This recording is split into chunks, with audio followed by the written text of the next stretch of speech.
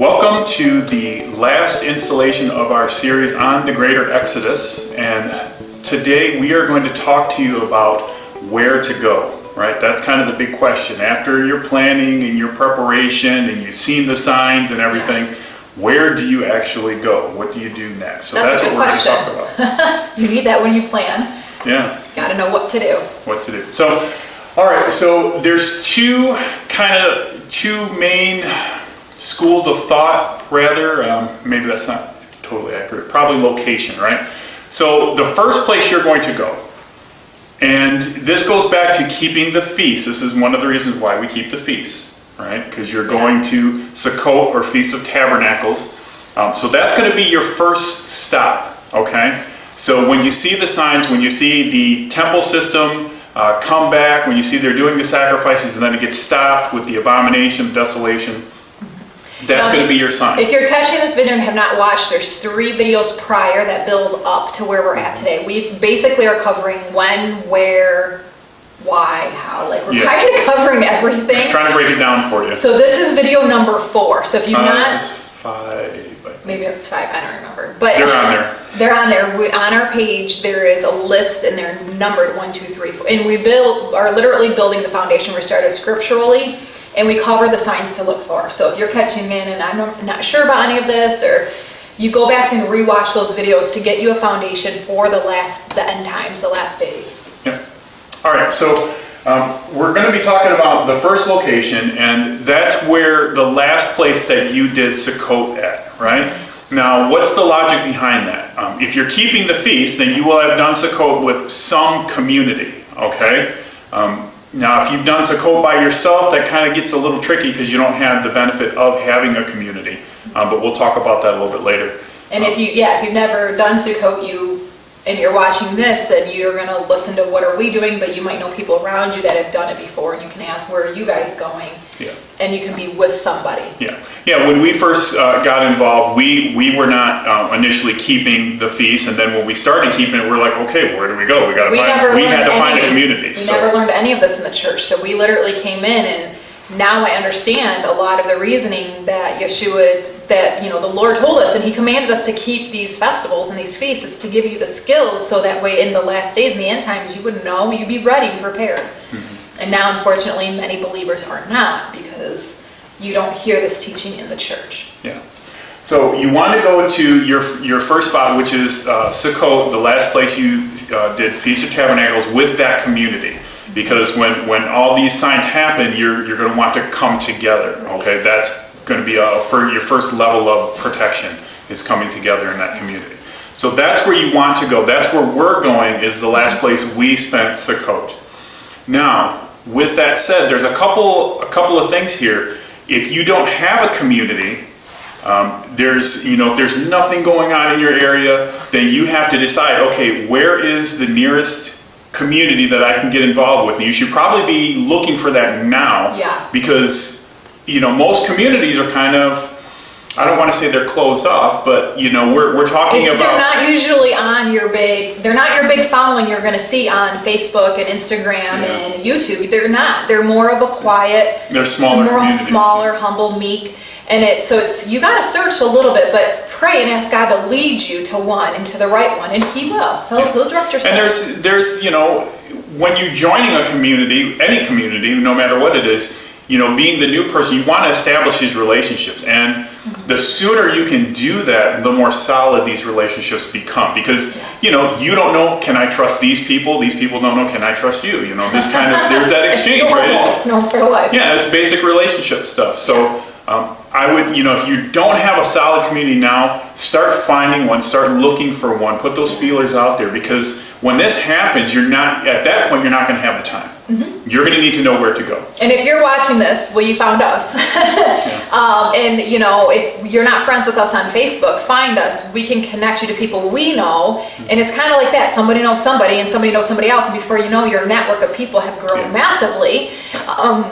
There's a lot of people out there that are like-minded believers when it comes to all of this. You're just not going to find them out there. They're not like everybody else that's got the big name. You're just not going to find them like that. Yeah, you got to do a little legwork. Yeah. So that's your first stop, okay? Now going back to, if you don't have that community, if you don't have that connection, one of the things I want you to keep in mind is that maybe if there's nothing in your area, that you're that connection, that you're supposed to be the bedrock for that new community.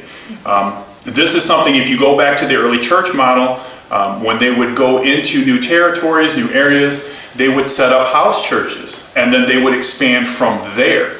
And so if you're looking around, you're saying, wow, there is just nothing, there's no Messianic communities in my area, then I would say, seriously consider, prayerfully consider that, should I be that hub? Should I be the start of a new community in this area? Can I get other like-minded believers? Can we gather together in that capacity? And you might find a family, friends, or neighbors that, start with you. We started it with right here with our own kids in our own home, is we started keeping the commandments, the festivals, Shabbat, just right here in our own home. And from there it grew because people would ask, what are you doing? Can I check it out? And that kind of a thing. So it just kind of gradually grew from there. So you could start something very similar to that, but you can still also come festivals and the feast. You can piggyback on a different ministry. That's what we do. We piggyback on some bigger ministries that have been doing this a lot longer because we're still very new. We're still learning. So we owe it to those that are looking to us to help them, point them in a right direction. And so we're learning. I always believe you should be learning and being discipled as you're discipling others. And it's very healthy to do that. So that's your first stop. Now, what happens after that? After you've come into contact with the community, after you're all together. Now, your second stop, and this is kind of somewhat cyclical, but your second location is called the Wilderness of the Peoples. And I'm not going to read the passage, but that's found in Ezekiel 20:33 through 36, where Scripture talks about God's going to call his people out from the various nations and bring them into the wilderness of the peoples. What does that mean?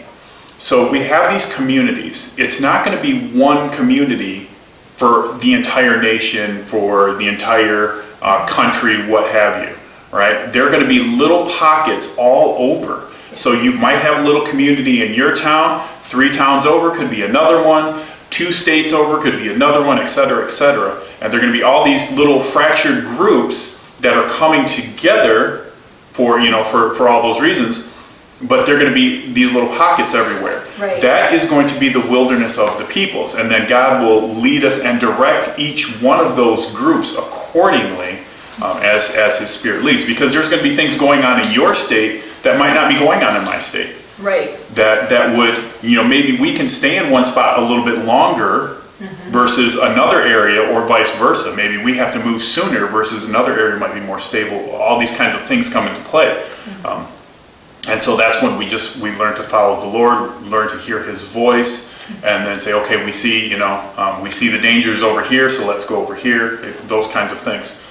But that is the wilderness of the peoples. Now, I say it's cyclical in that when you leave, you're going to the wilderness of the peoples, right? So your Sukkot is in the wilderness of the peoples. So it's kind of cyclical, but we always say Sukkot is your first stop, because that's the place where everybody's familiar with. That's the place where you've developed these relationships with the community. That's the place where you're going to have the most resources. As you leave your areas of dwelling, right? So you're leaving one area of resource, so you want to go to another area that maximizes the resources you have available to you, and that's going to be in community. Yep. So the first location is where you had Feast of Tabernacles last, if you had Feast of Tabernacles. If not, find somebody else who did, and come with them. Like, for real, if you don't have a community, come with us. Like, reach out to us. It's very easy to get a hold of us through social media and different things. Now we have that luxury. Reach out to somebody and say, hey, this is happening. I need to be with people that understand what's going on. Help me learn. You're going to be more than welcome to come.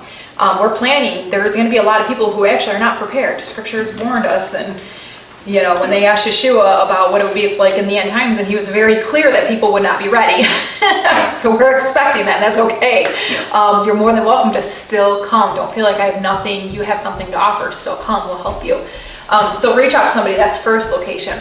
Second location is when you are going to literally move around. Yeah. like Luther was saying. The wilderness of the peoples is kind of what you would call it. So you meet up with your group first. That's the first step. You get kind of used to people. You set up your tent. You kind of learn the flow of the camp and the leadership. I'm sure they're all going to have a different structure of how they're going to run depending on who's kind of leading that group. But hopefully they'll be, set in place where you'll understand leadership and how they're going to establish that within a camp. That's really important to have a successful camp, is to have leaders. So you're going to figure all that out in the first stop. Those details are going to be worked out. Then from there, pillar by day, fire by night, just like the Lord did with the Israelites. That's how He's going to move us to different locations. Yeah. That's one of the part of the picture, because we always go back to the first Exodus. That's the pattern, right? And so we have things like the cloud by day, the pillar of fire by night. We have manna in the wilderness. All these kinds of things, and nobody's really quite sure like how all this is going to come together. At least that component of it. But we do know, no matter what happens, that the Lord will be leading His people. Right. And so, however that looks, whatever God decides to do, that's where we just take it by faith, and we kind of get to go along for the ride like that. That's one thing that you learn as you begin to learn Torah and keep Torah, is you begin to realize that God is a God of patterns, and He redoes and He just patterns off of things, which is so cool, because then once you understand how He operates, you can kind of understand what's to come. Mm-hmm. That's why we look at the Exodus, and if you go back to our other videos we laid out in Scripture where it says again, all of this will happen again. And so He's going to do what He did again. So we can just look back at the picture, cloud by day, pillar of fire by night. That's how the people moved. Great. They had manna. Awesome. Okay, and it says He's going to lead us to streams of living water. Great. Got that one down too. So if you understand Scripture and how He did it before, your natural mind will be like, what? This isn't going to make sense. I need to provide for myself. But you don't want to be caught in the last times. You want to really learn to trust God, that He will be your provider. There are natural things you need to get ready. Watch the last video if you did not. We tell you a list of things to have, but there's a point you cannot plan for 3.5 years. Yeah, it'd be very difficult. Mm-hmm. So now these two locations, they have multiple things in common, okay? And I just want to break a few of these down. We talked about these camps, right? So there's going to be multiple camps in multiple areas, multiple states, et cetera, et cetera. Just talking about the U.S. here.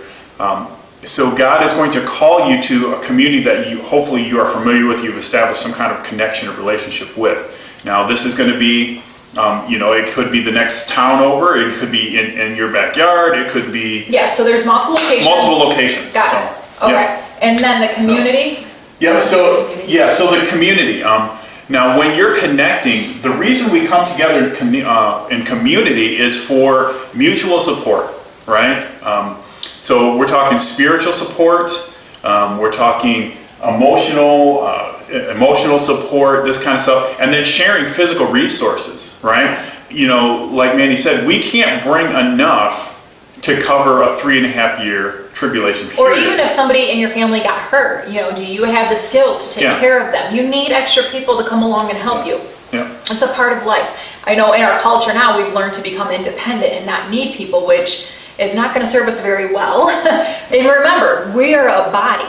Scripture is very clear about the bride He's coming back for. It's one.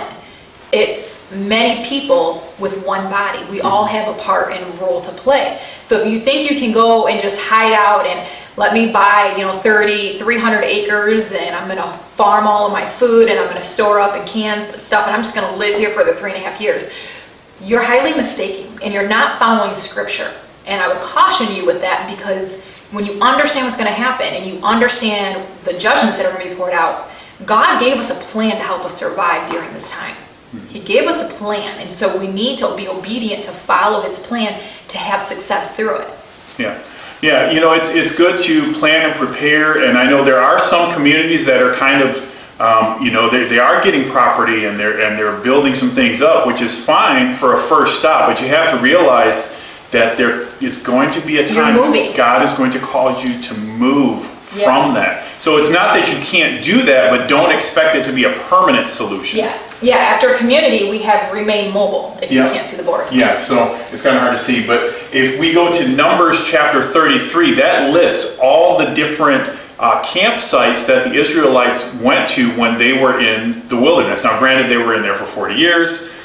We have 42 camps. So there's, again, nobody knows this for certain, but there is the potential that you could, if we're following patterns of Scripture, there's a potential that you could move up to 42 times. Yeah, be prepared to move Just doing the rough math, you're moving a little bit just outside of a month. Almost, just like a month and a week or so. So if you're looking at going to buy property and get a garden and homesteading, what I would say is, also consider that maybe your resources might be better spent by buying extra canvas tents for other people who might need them, where you can help bring in people into a camp versus buying property. Because when things are starting to shake up, there's a point where it doesn't matter if you bought property, if the government claims they own it, what do you do? If they seize your property. If they seize your property, what do you do at that point? You can't, you just stand there and let them shoot you. There's a point where you have to become mobile. So investing your resources into like dry foods, if you listen to the last video, we talked a little bit about what to buy. Buy extra of that kind of stuff. Buy a nicer tent for your family. Invest your resources into property. I'm not saying don't go buy property. Yeah. I'm just thinking from a business perspective, what's a better investment to have a more successful 3.5-year period where you can live in a little more luxury. Maybe it's buying some good quality bedding and sleeping bags. To me, sleep is important. And having quality. So think about that instead of just saying, well, I need to buy land and I'm going to go hide out. We have a pattern that we're supposed to go by with Scripture. Walking in obedience is your number one thing. Yeah. And I don't want to get the impression that we're like anti-homesteading or anything like that. No, we love I would say, as we watch the signs of this prophecy, we continue to live our lives. Yeah. So if you've always had it on your heart to be a homesteader, to go buy property, go do that, go do it. Now's a good time to do it because you'll learn a lot of skills doing that. Yeah. So it's not that you can't do that, but again, if you're thinking of doing it during the tribulation, that's where it's like don't buy it. Or to insulate yourself from the tribulation. That would be a mistake. If God's put that on your heart, if that's been a dream of yours, that's something that you want to pursue it by all means. Right. But just understand that when God calls His people out, you are expected to come out. Mm-hmm. Right. So that maybe you could have a great first stop, and you can be that community where, hey, I've got some property, we can all do Sukkot here, and then when we all bring that community there, then we wait for the Lord to tell us to move, or when and where, those kinds of things. Yep. So there's not going to be any place where you're going to be able to hide out and just ride this thing out, right? Yeah, right. I don't believe we see that in Scripture anywhere. This is my opinion on what I feel like the Lord's going to do with His people. So at the same time you're seeing judgment pour out for the sin and the things that have been happening in the world, He's going to be preparing His people on how to learn to obey Him. And every time the Israelites did not obey, there was always consequences. Who was that in the New Testament where they were supposed to give a portion of their, they sold property. And the wife died. Why am I drawing a blank on it? I'm drawing a blank too. It'll pop up, sorry. Yeah. But any time that there was not obedience, if you read through Scripture, God judged them, and like that, it was their life. Things would happen. So during this time when things are happening in the world, the Lord is going to be working on us, that we learn how to trust and obey Him. That He has our best interest in store, and He is going to take care of us. And how is He going to teach that to us? By walking us through that. That's how you learn, is hands-on experience, okay? That's how we're going to learn how to truly trust in the Lord. So keep that in mind when you are deciding, what does it look like for me and my family?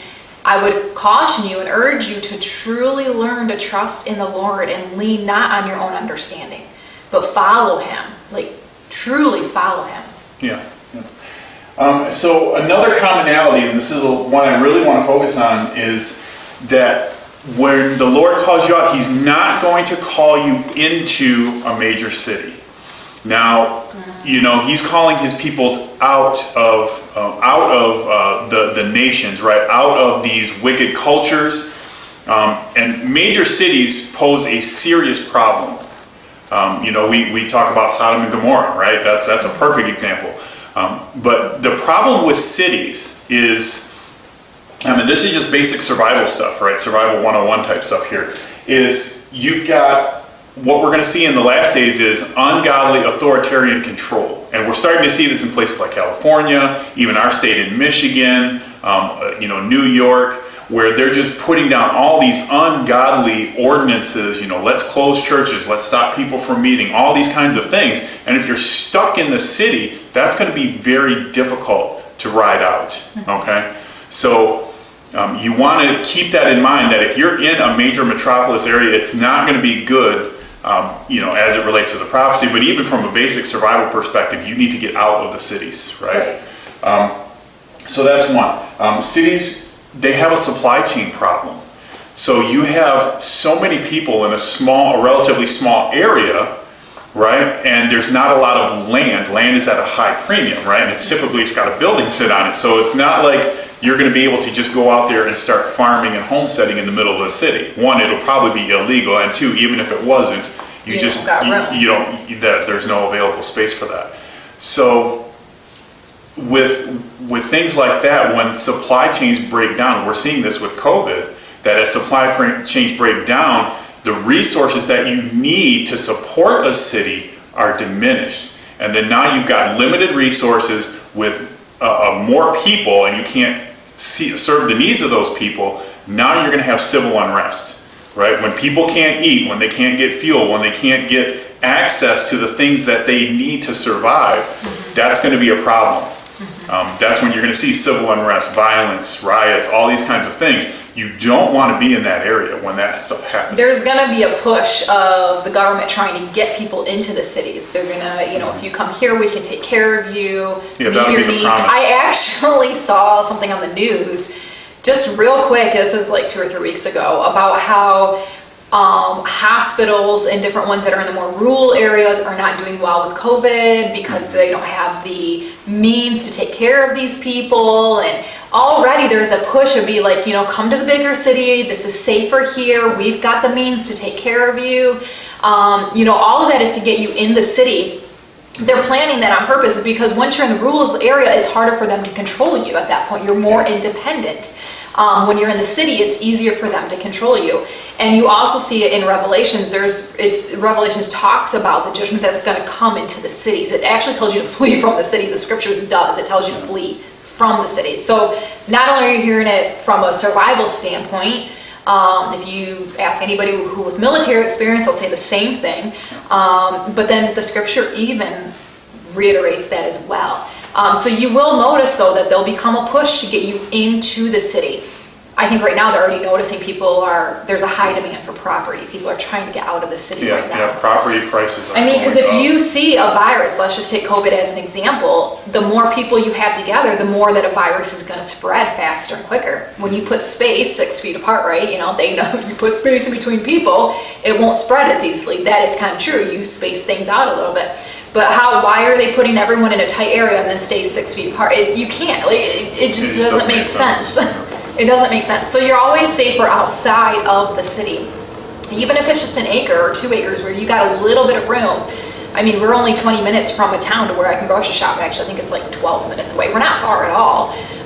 We only dabble in homesteading. We're not like some of the big homesteaders out there, but we do love to be independent. We have our own chickens, and just get used to living that lifestyle now while you can, and get you comfortable with it. Yeah, and I would say, even for us, our proximity to a city is pretty close, we're seeing it's pretty close. We're seeing more and more people are coming out of the city towards where we're at, buying up the property. So the city's coming to us, kind of thing. And so we've got two that are kind of right in the middle. We're kind of sandwiched right in the middle. But even if you look at where we're at Michigan-wise, if you look at Michigan, because they're surrounded by so much water, getting out is a little tougher. So if different wars and civil war, whatever, things start to break out a little bit, we don't have as much of a space to get out because we're surrounded by a lot of water. Hopefully it won't be civil war. Yeah, I know, but civil unrest, but whatever you want to call it. Whatever's going on, you have to take those things like, okay, where am I at, my location, what are hindrances to movement, right?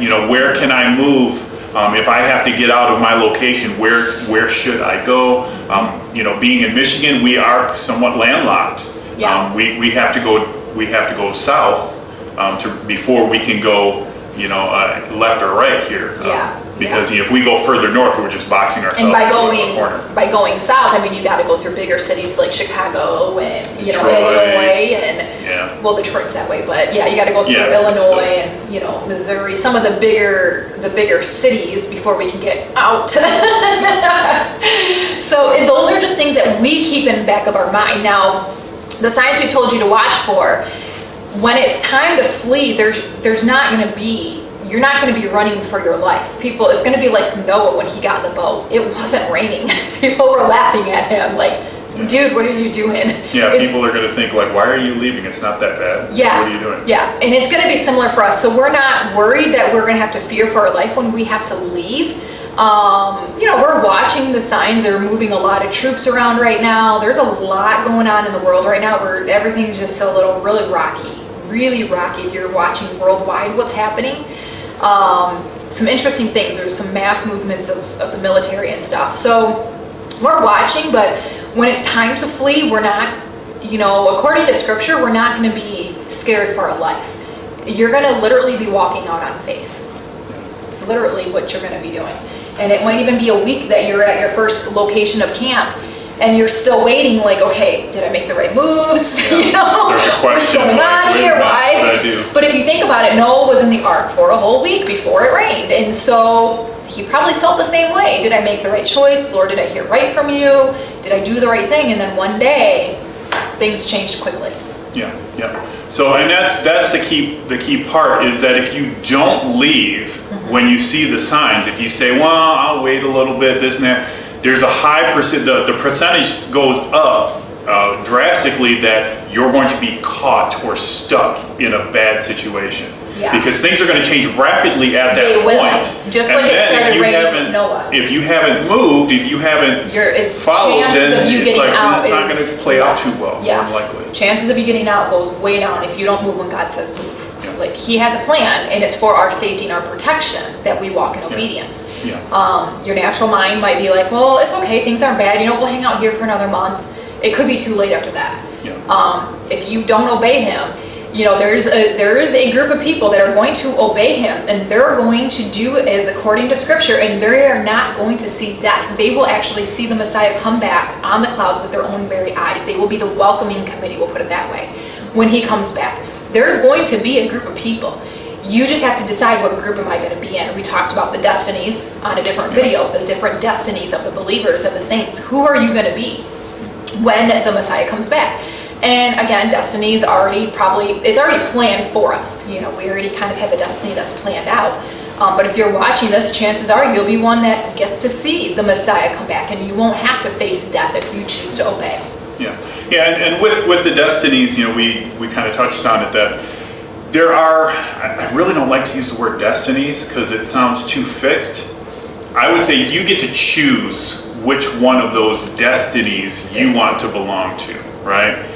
So it's not like etched in stone that you have no say. God, He's made us free will moral agents. We can choose what we want to do. So if you choose, it's not really an issue of salvation, I would say, but the scripture talks about there will be those who are caught, who are in prison, this kind of stuff. And so if you choose not to follow the plan, then you get to reap the consequences, which could be captivity, which will ultimately lead to death. Now that's a good way to put it. Yes, it's not really an issue of salvation per se, but it's like, no, I had a plan, you didn't follow it, so this is what's going to happen, kind of deal. So just bear those things in mind. But yeah, just some common things. Real short today. Yep. But where you go is the last place you did Sukkot, and if you've never done Sukkot before, try to get involved with community now. Start looking who's in my area? Where are there other Messianic believers in my area? Do they believe like this? Are they teaching this kind of prophecy stuff? Figure all that out now while you have time, while nothing's jumping off. And remember, when the time comes, Yeshua told us, remember Lot's wife. Okay, it's a verse right there. Remember Lot's wife. So remember where you're going, and don't look back when you leave. If we leave you with anything, that's what I'm going to leave you with, is remember Lot's wife. Don't look back. Remember, you're going into the promised land. You're going into the land that was promised to your ancestor Abraham. How many years ago? God made a promise and he doesn't lie. He keeps his promises. And he's taking us back there again. Okay? I try to think about what is this going to be like, and I get my kids dreaming. It's really fun when you get them to stretch in their mind and their thinking. Today we're talking about floating. What's it going to be like with our new bodies when we're floating in the air because gravity won't have a hold of us? Like, we're just thinking about this. This gets them excited to leave what they know, even though there's still a little bit of that nervousness, because they know that they're going somewhere. Okay, so think about where you're going and be obedient to that. Okay. Yeah, keep in mind, that 3.5 year period, that is the final leg on this race that we're on before the millennial kingdom. And once the millennial kingdom comes, all this stuff is just, it's insignificant, irrelevant. If you've ever lost weight, if you ever went on a weight loss journey, or you started off on a diet, or maybe you started with a business, you had all of these plans of this is what it's going to look like, and like you maybe saw yourself where you want it to be, whatever. It's going to be similar to that, where you want to have this picture of what you're going after, what it's going to be like, and make this picture what Scripture says. Read it. Oh my gosh, it's amazing. It talks about the new heaven and the new earth, and like it tells us what to expect. So read it, get an idea of what this is going to look like, and keep that before you. So when trials come, this is what you remember. That's going to be what helps you stay the course, is because you know where you're going. Put blinders on like a horse. When you're in a race, you put blinders on where you're not looking around to your right or to your left, but you know where you're going and you're fixated on that. That's how you're going to get to your destination. Yeah. So that's all we have for you on this one, and that will wrap up our Greater Exodus series. Mm-hmm. So hopefully we've given you enough to kind of get your taste buds wet there and give you a little taste of what's to come. And there's lots of information out there. I would encourage you to look at that, to process everything. Yep. Seek it out for yourself. Read the passages.